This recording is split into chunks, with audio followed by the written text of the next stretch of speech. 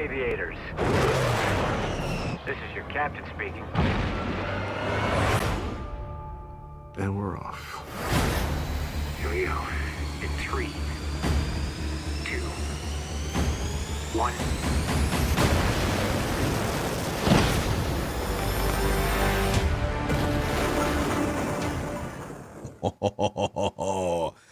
Welcome in to Action Movie Rewind here with Mackey and Judd, our executive producer, Declan, where we do deep dives into some of the most prominent action movies of all time.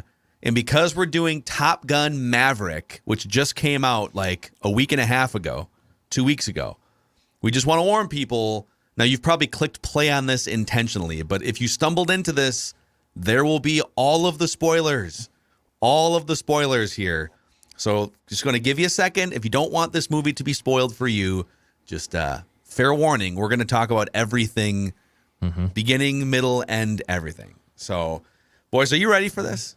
This is a new venture for us. You know, there's not a lot of new big action movies that come out that are worthy of this type of attention. So this was a theater experience for us. I was going to say, we have never before endeavored in the franchise of AMR to actually go to a theater and come back with a review. Yeah, and part of that's because AMR started during the pandemic, and so and I'll save takes on that because this was actually my first time, maybe your guys too, in a theater since the pandemic, and that'll be one of my takes. Nice. But we're gonna a lot of spoilers here, so here we go. Top Gun Maverick 2022. Here's the summary. After more than 30 years of service as one of the Navy's top aviators, Pete Maverick Mitchell is where he belongs, pushing the envelope as a courageous test pilot and dodging the advancement in rank that would ground him. When he finds himself training a detachment of Top Gun graduates for a specialized mission, the likes of which no living pilot has ever seen, Maverick encounters Bradley Bradshaw, call sign Rooster, the son of Maverick's late friend and radar intercept, Goose.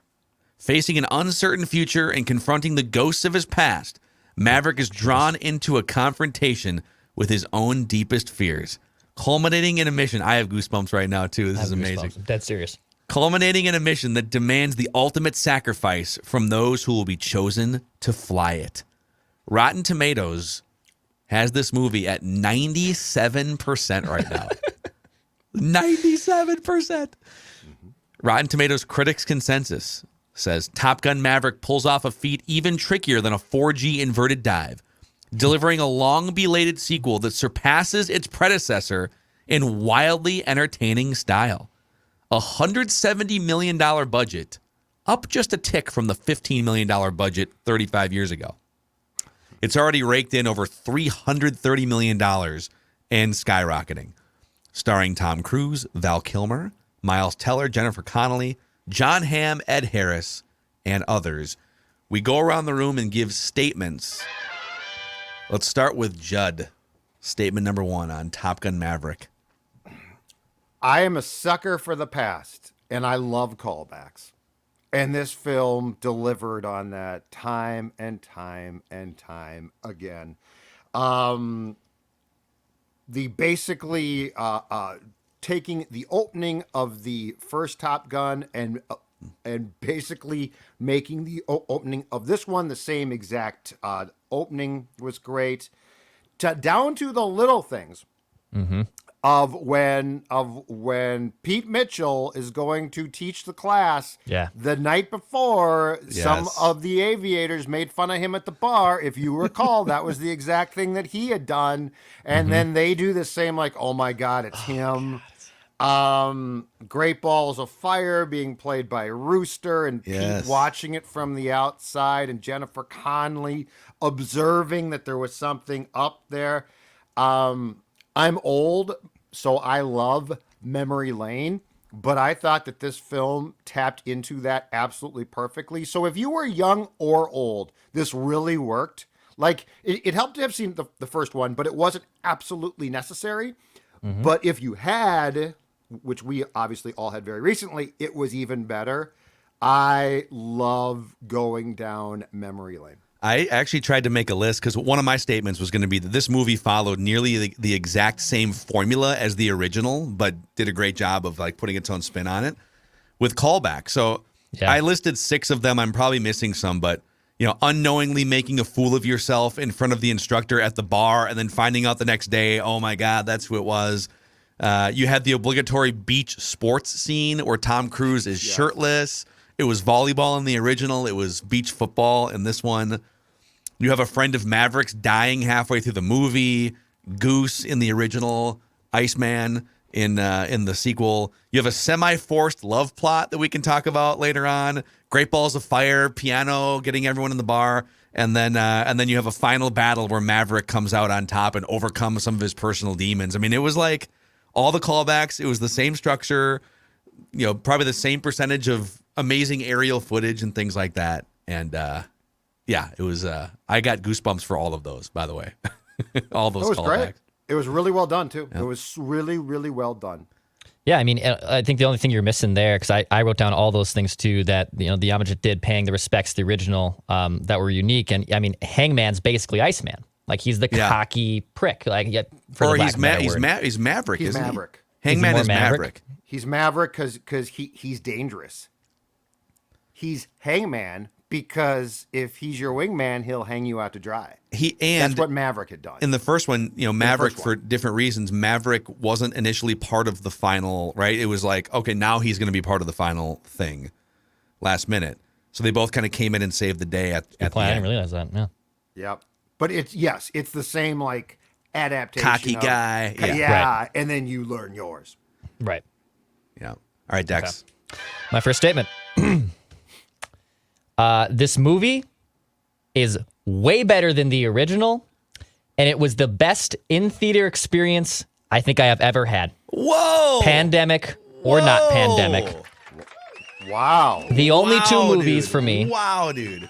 The only two movies that come close to this, and they're they're superhero movies. So I know you two aren't big superhero nuts, but there's two that come to mind that rival this for me in terms of the in-theater movie experience. The first being The Dark Knight with Christian Bale and Batman in 2008. I saw that in theaters when I was like 14, 13, and love that movie. It's legitimately, even if you don't like superhero movies, you could sit down and watch that movie and enjoy it, I think. That's that damn good of a film. The Heath Ledger, obviously his last film, it's a great movie. The other one being Infinity War with Marvel. I saw that by myself, and it's the hardest I have ever cried at any movie.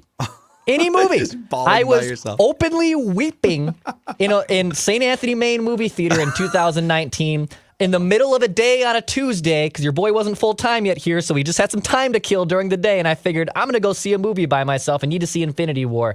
But this movie itself, start to finish, Danger Zone playing from the top, dude. The Miles Teller tie-in from Goose's son, it is the best movie theater experience I think I have ever had in my entire life. Wow. In my entire life. I love this take. What a take. So okay, let's talk about the theater experience for a second here, because I think I've had a few of those too. Couple Marvel movies where it's packed and people are cheering and stuff, right? I don't really like that. Like I've never been a fan of like, oh yeah, like everyone high-fiving each other. Like I hate that crap. And that didn't really happen at Maverick. Like there was your some theater like, packed? Was decently packed. I saw it on a Tuesday evening, like at 8:00. So it was, I would say, like maybe 75 to 90% full. So it was one of the last of the day. There was some oohs and ahs and some cheering, but there wasn't that obnoxiousness, which, yes, you have seen in other movies. I didn't feel that in this one. Okay. Yeah, I went yesterday afternoon. So it was like a Thursday matinee situation. And there was maybe 8 people in the theater. But now they had, I think, 15 different scheduled show times for this movie. Same. And there were some audible gasps and oohs and ahs and laughs, like for some of the callbacks. Mm-hmm. I'll get to one of my favorite here in a second. But this was the first time I'd been in a movie theater since the pandemic started, and it was great. I mean, I had my big ass thing of popcorn. I got there 20 minutes early to watch the previews and everything, and it was great. I mean, what a movie to sit with the noise and the visuals. There are some movies that whatever you can get just as much watching on your couch. I think being in a theater enhances this times 100, just because they're in these fighter jets and the audio and everything just just rushing through your body. It was an adrenaline rush. It was a great experience. Yeah, Judd, what was your experience? Was great because the surround sound now is so good. Like you've got all of the noises coming, which was cool. I also we bought tickets in the afternoon and went to like a 6:30 show, and the theater was not packed. It was, decent size crowd. But the one thing is, Dawn bought tickets that were fairly close to the screen, which in the old days was a death knell because you didn't have HD and stuff. And so like the picture would be blurry, it'd be hard to see. But now the picture is perfect. Yes, it was absolutely great. And I found it also to be cool that unlike the original, Tom Cruise insisted that all of the actors be prepared to fly against the G-forces. And so the goal was to do that in the first one, but everybody but Val threw up so much they couldn't. And so that was all shot on sound stages with real jets being flown, but the actors not in them. This time, they went through 4 different types of planes to build up. And so this was really, the one thing is, it was really real. Yes. So there wasn't a lot of, that doesn't look like a plot. Now some of the scenes weren't, but the action was real and very cool. I have a note on that from, I can't remember what article it was. I think I got this from Wikipedia, let's be honest. Tom Cruise designed a unique boot camp for the actors going through 3 months of training, underwater evacuation, aerial aviation, and the preliminary training to build spatial awareness inside the aircraft and flights, Jerry Bruckheimer said. The actors also had to learn how to run the cameras in the planes because when they're up in the jet, they have to direct themselves essentially and understand editing and formatting and stuff, and they you have to give your own lines and stuff, right? And had to take the barf bags and stick them on their laps. But they did it. I give them credit. My God. All right. So Declan mentions getting emotional inside St. Anthony Main Theater, which I have many a time. That's my favorite theater in the country. I hope that theater continues to go on. But my statement here is I almost cried or got welled up 7 times during this movie. Yeah, I got a couple. I'm going to give you the 7 times. I literally was making notes of every time I got a goosebump rush, no pun intended, and some tears were coming on. I get very nostalgic. Movies like this, I love callbacks. I love emotional moments in movies like this. And so here's the 7 times, not in any particular order. Maverick choosing Rooster as his wingman toward the end. When you thought he was going to, Hangman, they cut to Hangman, and Hangman's all yep, looks like I'm Maverick's. And then Maverick goes with Rooster, and they're still having problems. Goosebumps, tears. Number 2, when Rooster was playing Great Balls of Fire on the piano, and Maverick heard it from the beach and started walking back. Goosebumps. When Maverick says, "Talk to me, Goose," right before the final mission, as he's standing on the deck. He said that a few times in the movie. He said it a few times, but that one was probably And Rooster? the hardest. When Talk to me, Rooster, talk to me, when Rooster said, "Talk to me, Dad," I will. I did the audible, and feel like I talked to me, Dad. I welled up. Oh, good. That was good too. Iceman, and we'll get to the Val Kilmer stuff, but Iceman standing up to talk to Mav, getting up out of his seat and going forward to talk to Mav. Goosebumps, tears. They swerved you a little bit toward the end. And so when Maverick and Rooster find each other after they both saved each other's lives, and Maverick yells at Rooster, "What the hell were you thinking?" And Rooster goes, "You told me not to think." And the whole theater, there's 8 people, but the whole theater was just "Oh, what? Yeah, it's great. Yes." The whole movie's been telling him, "Don't think." And then they leave this pause, and and Rooster does almost like a Declan reaction where he's "You told me not to think." Amazing.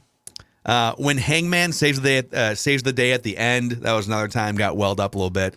And then the final hug between Maverick and Rooster. Oh, yeah. Yeah. I got welled up. This movie just grabbed me 7 or 8 times. I was a puddle.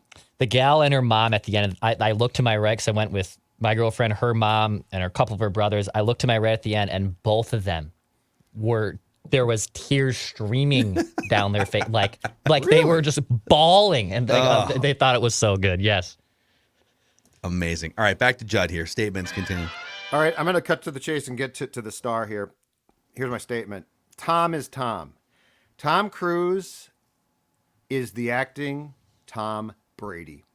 And, I mean, Tom Cruise is almost 60, okay? He looks pretty damn good. Yeah. He looks, right. I mean, he looks, don't get me wrong, he's aged a little bit, but he looks pretty damn good. The guy's still in phenomenal shape. Now, I get that as a person, he's a weird dude, but all of that being said, like, I see the parallels here. Because, I mean, Brady's a weird dude, too. And the fact that, like, but I mean, this wasn't, so the callbacks were great, and the nostalgia was great, but ordinarily, like, the lead character would be in it from back then. He'd be in it, but he would have been replaced by somebody more important or something, right? I think that's initially what they were going to do with the script like 10 years ago. Yeah, but I mean, but it's incredible that, like, Cruise does his stunts. He basically... He carried the movie. Well, and he told his colleagues, who are what, probably in their 20s, he told them, you're going to learn how to really do this stuff. It's a pretty impressive parallel between two guys who, look, I get it. Egos are huge. There's probably certain things about both guys not to like. But that being said, the impressive thing to me was the fact that Cruise literally, for better or worse, carried this film. Like, he put this film on his back and carried it. At almost 60, that's really damn impressive. Yeah, I love the Brady comparison because both guys look just as young, if not even oddly younger maybe than they did 10 years ago. They're both hyper obsessed with their image, but also can be playful enough and likable enough, but they're very calculated, right? Very. Yes, it's well put. Yep. I love that comparison. And they both could probably keep doing what they're doing at the top of their game for a long, long time, another 5 years, 10 years if they wanted to. 59 years old, 59. Mm-hmm. And in the trailers, we got Mission Impossible 18 or something, which is Tom Cruise again. It's part one of two. Yeah. The next Mission Impossible is a two-parter. So they're going to release the first part sometime in like early 2023 and then the next one in 2024. But I mean, think about that. This guy is old and still prolific, and I also liked, and this was very Brady-like as well, that Tom Cruise let you know at the start of that film, this is Tom Cruise, and like did a personal. What was that all about? I think obviously we've never seen anything like that before a movie. I think he's calculated, man. He just comes on for 60 seconds to tell you, hey, this movie is all for you. Coming back from a pandemic, yeah, and they worked their asses off. The reason, I think the last reason why this film took so long was because they basically said, we are doing a theatrical release. This ain't going to Netflix. This ain't going to Apple. This is starting in theaters. That's the right call, I think he took pride, but I think Cruise took a lot of pride and a lot of, in his opinion, the professional move here was, we are going to be on the big screen and I'm going to introduce this. Again, it's, to me, really, really intriguing. I think it's going to come to Paramount Plus after 6 weeks, so it will be eventually available. I think that's what I read. But they had bids from HBO, they had bids from all these streaming services to get it, and Bruckheimer and Cruise and all of them involved were like, no, mostly Cruise, being like, no, this is going to be the movie theater experience. So, and I've heard the Tom Brady take. I think it was I listened to Le Batard yesterday. I think Michael Ryan Ruiz had a similar take. He is the Tom Brady of acting. Like he really is. He can be, obviously he's very corny and weird and dorky, and the action ones are the ones that he's known for. But like he can be serious. He can be Jerry Maguire, right? Like he can be funny. He actually has a different palette than just being that weird action guy. Like he's a pretty damn good actor, even though he's a weirdo. So this script was initially conceptualized, or at least the first iteration of it. And I think Maverick was going to be kind of a peripheral part, and then they were going to build a different. Interesting. But it goes back like 10 years. And if I'm not mistaken, I believe it was going to be, so Bruckheimer, who's just the godfather of movie production, we talked about him on last week's Action Movie Rewind with the original Top Gun. He's worth almost $1 billion, and his partner in crime on the directing side had been Tony Scott for a long time. So Tony Scott directed the original Top Gun, Beverly Hills Cop 2, Crimson Tide, Last Boy Scout, Spy Game, Enemy of the State, and a bunch of other movies. And Tony Scott was part of the process for bringing this sequel to life 10 years ago. And he committed suicide in 2012, tragically, which kind of, because they had visited Tom Cruise in France when he was filming one of the Mission Impossible movies to put together the initial framework and stuff. And then Tony Scott takes his life, and it just kind of went on the back burner. And then a few years later, Val Kilmer gets cancer. Well, he denies that he had cancer for a period, and then he's a weird guy. We'll get into some of that.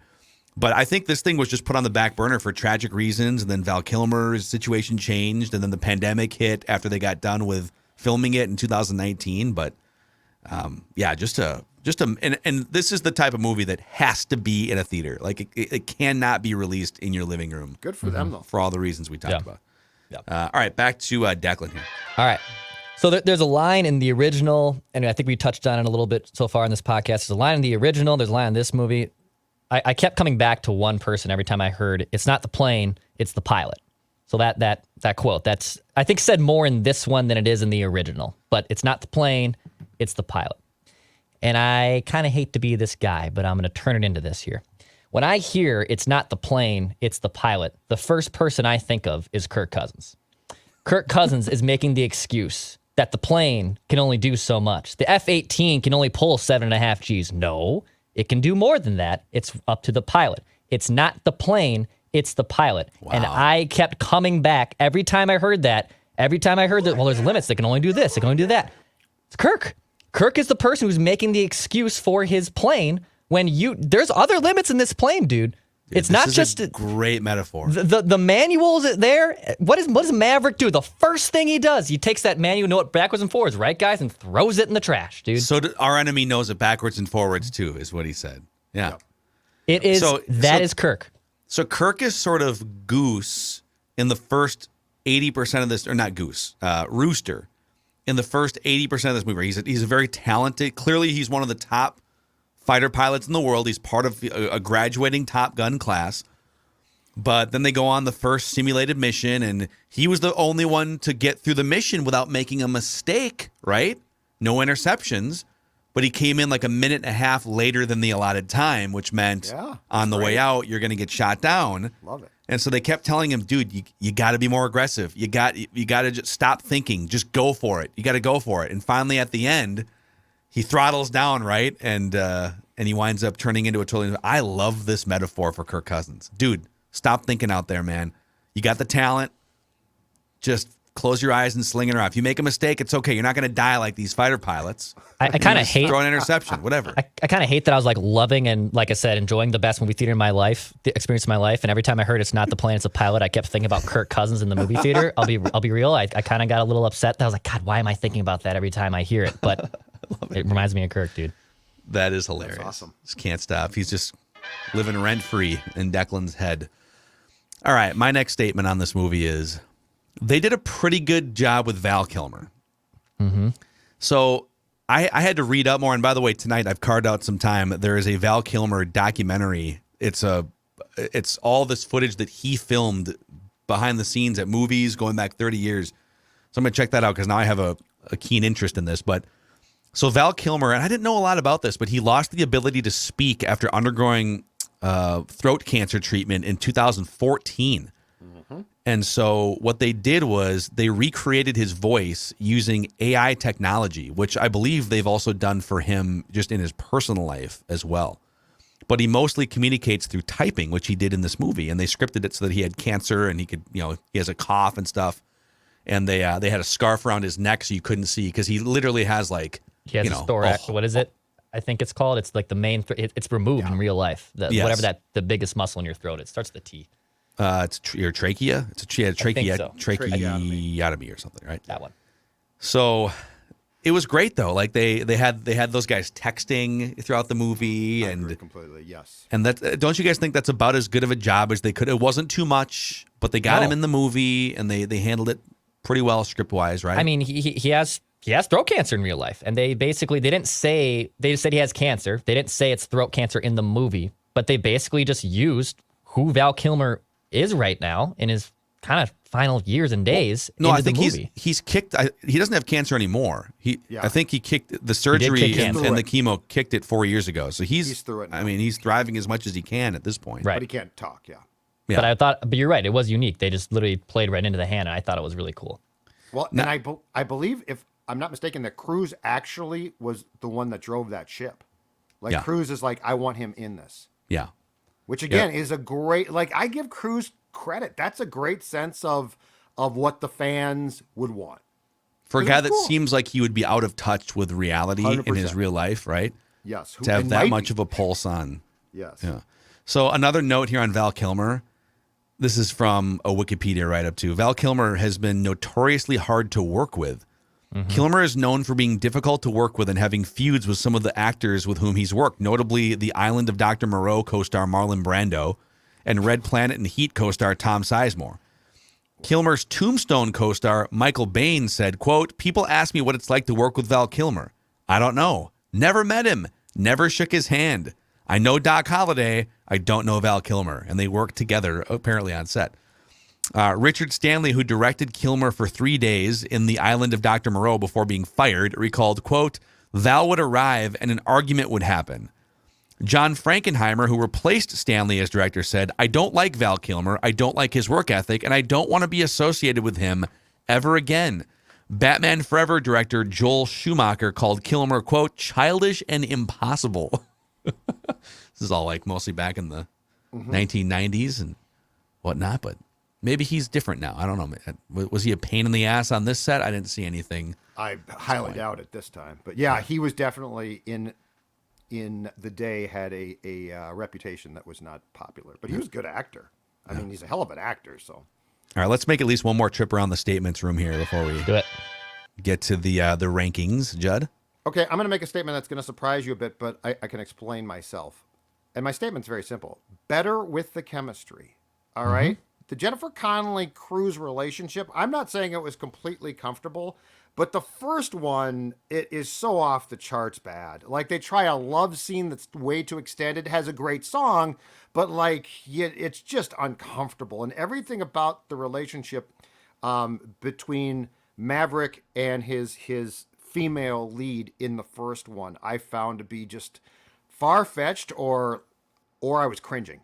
I felt like they did a far better job partially because of the nod to nostalgia this time around. Yep. Like the sex scene is very brief and then they're laughing in bed and reminiscing and talking. And they put Cruz in a situation where I think Cruz is far more comfortable. And so I actually thought that this progressed. And don't forget, she was actually mentioned, I believe, in the first bar scene of the first one when Goose brings her up. So that character didn't exist, but the name did. Yeah. But my point is, I think they found a much better way to make Cruz's love scenes and relationship scenes believable and not as uncomfortable. Yeah, which means, just stay on the fringes of it, right? Like it gets weird because he's a weird guy. Moments. But I mean, and this one I felt was sweet.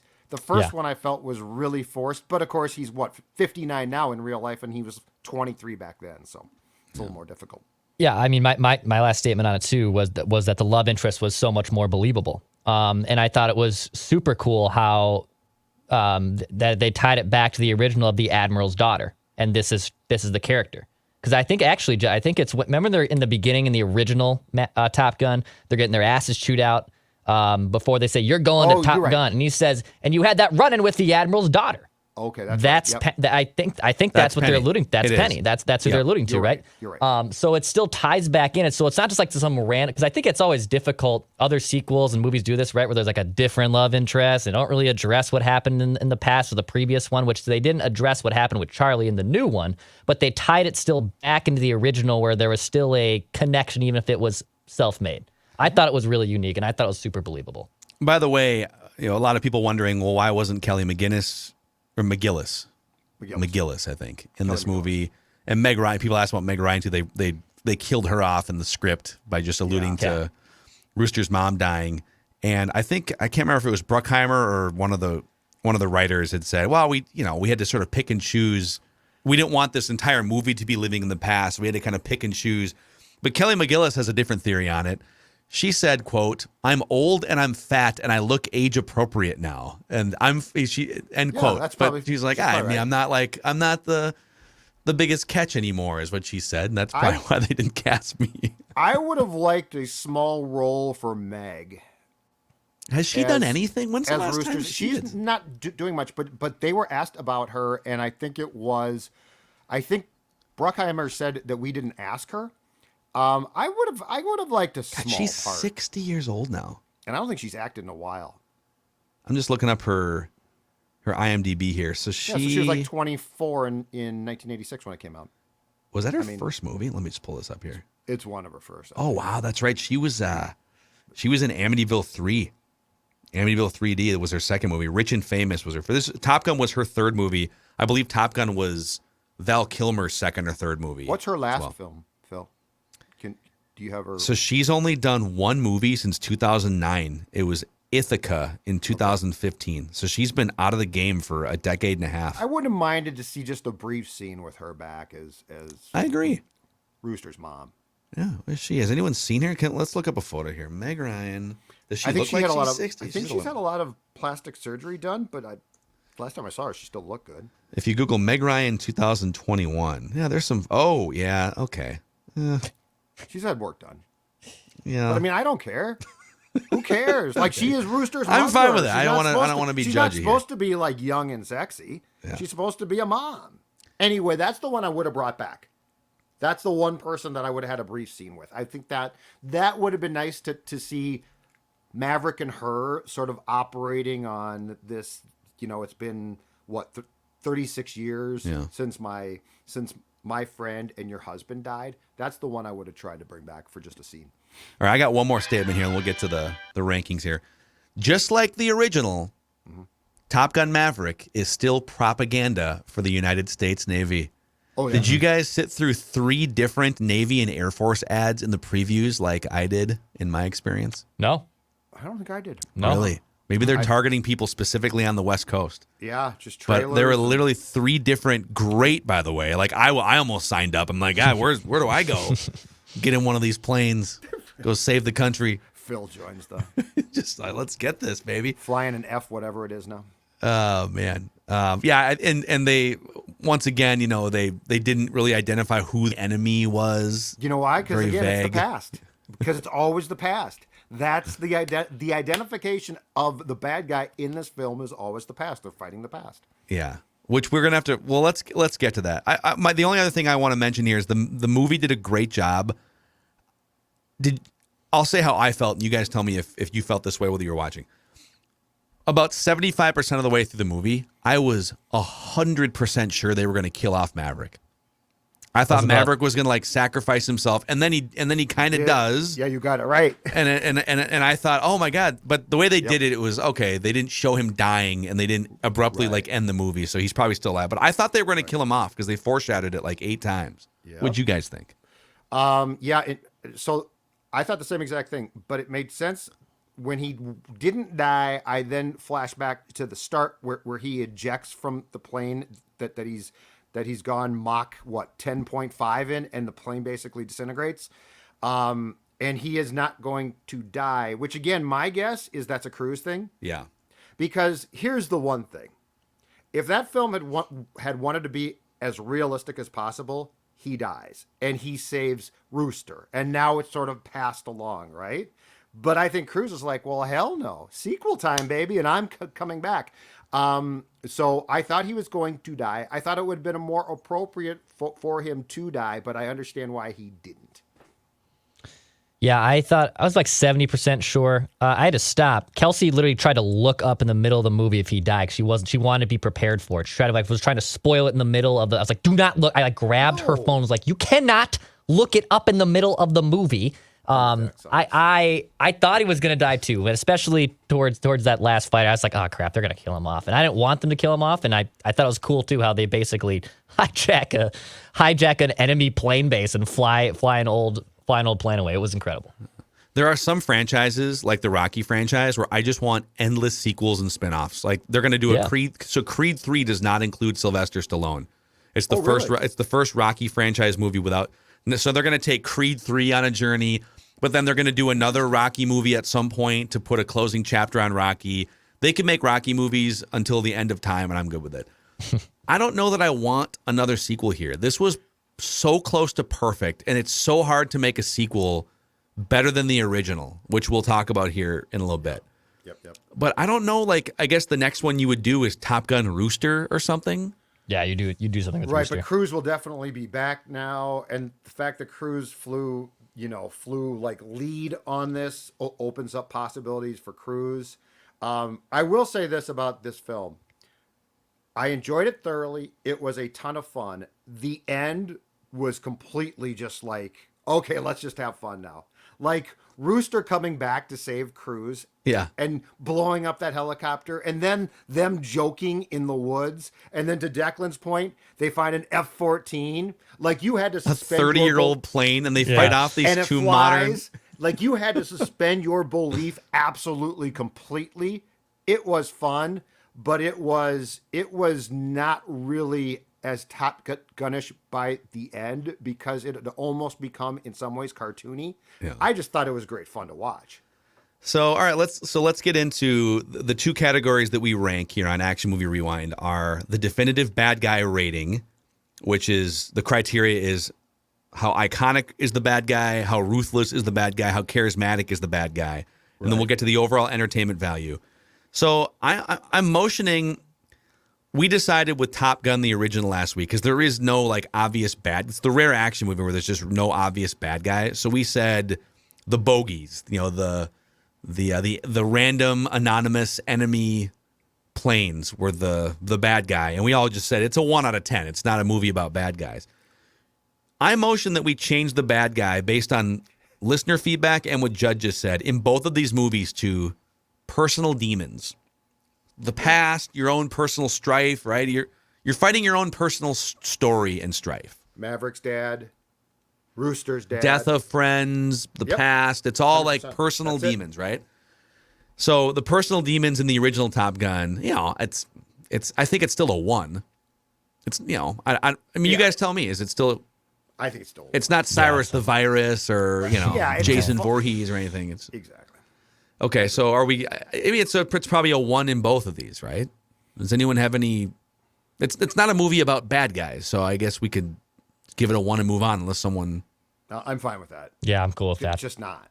Okay. I don't want to sharpen our pencil here to the nub debating this, but so let's just get to the overall entertainment value of Top Gun Maverick. So we've done like 50 to 60 action movie rewinds, and we are starting the franchise over. And doing all these movies all over again with a new spin, some new framework here. So we only have 1 rating on the books for the reboot of Action Movie Rewind, and it's the original Top Gun from last week. And the average score 1 through 10 for all 3 of us was an 8.3. So with that, Judd, what do you give Top Gun Maverick? I am going to give this film. Now the entertainment was great, but remember I gave the original a 9. And without the original, the groundwork is lacking for this film. And keep in mind, too, the original came out in 1986. And that, to me, remains a remarkable feat. Like, you have now special effects, surround sound. Like, you can now use 2022 to your advantage completely. In 86, they did a lot of new things. I'm going to give this film an 8 because I can't give it a higher grade than the original. And I still think that the other thing too is the original in the time period, in the actual running time, now films go 2 hours plus like that. It's the standard. Back then they didn't. And so they crammed more in and were efficient. And I don't think that the Jennifer Connelly Cruise love scenes, which were clearly superior this time to what Cruise had last time, surpasses, like, makes this a 10. So I'm going to give this an 8. So so you're saying if the love scenes were like really heated, like if they were really going for it all, you might have given this an 8.5 or what? Nope, they're not going to get there. 8, because I gave the first one a 9, and I still think the first one is incredible. All right, so Dex, you gave the original a 6 out of 10. Mm-hmm. And I rewatched the original, by the way, again over the weekend. And it's still a 6. It's just I don't gravitate towards it, and it's because again, same points I made last week. I wasn't born in the 80s, and I don't understand the 80s culture and the phenomenon of it. I don't get it. But this movie, I said it was the greatest theatrical experience I've ever had in my entire life, and I also said after we reviewed the first one that I'm willing to give this second one a chance because I think it's going to be better, and it is certainly better than the first one. This movie's a 10 out of 10. It is a perfect 10. It's a perfect 10 out of 10, dude. Wow, it's captivating. You're on your seat the entire time. It's emotional. I know the ending is, kind of not believable, but at the same time, it kind of wraps it all up. It's a perfect movie, dude. It's 10 out of 10. Miles Teller's one of my favorite actors out there. I'm glad he's kind of back in the scene a little bit here. This is a 10 out of 10. Yeah, I gotta say, any movie that makes me well up 7 times in 2 hours and gives me goosebumps another 10 times on top of that, it's a 10 for me. 100%. Declan. Yeah.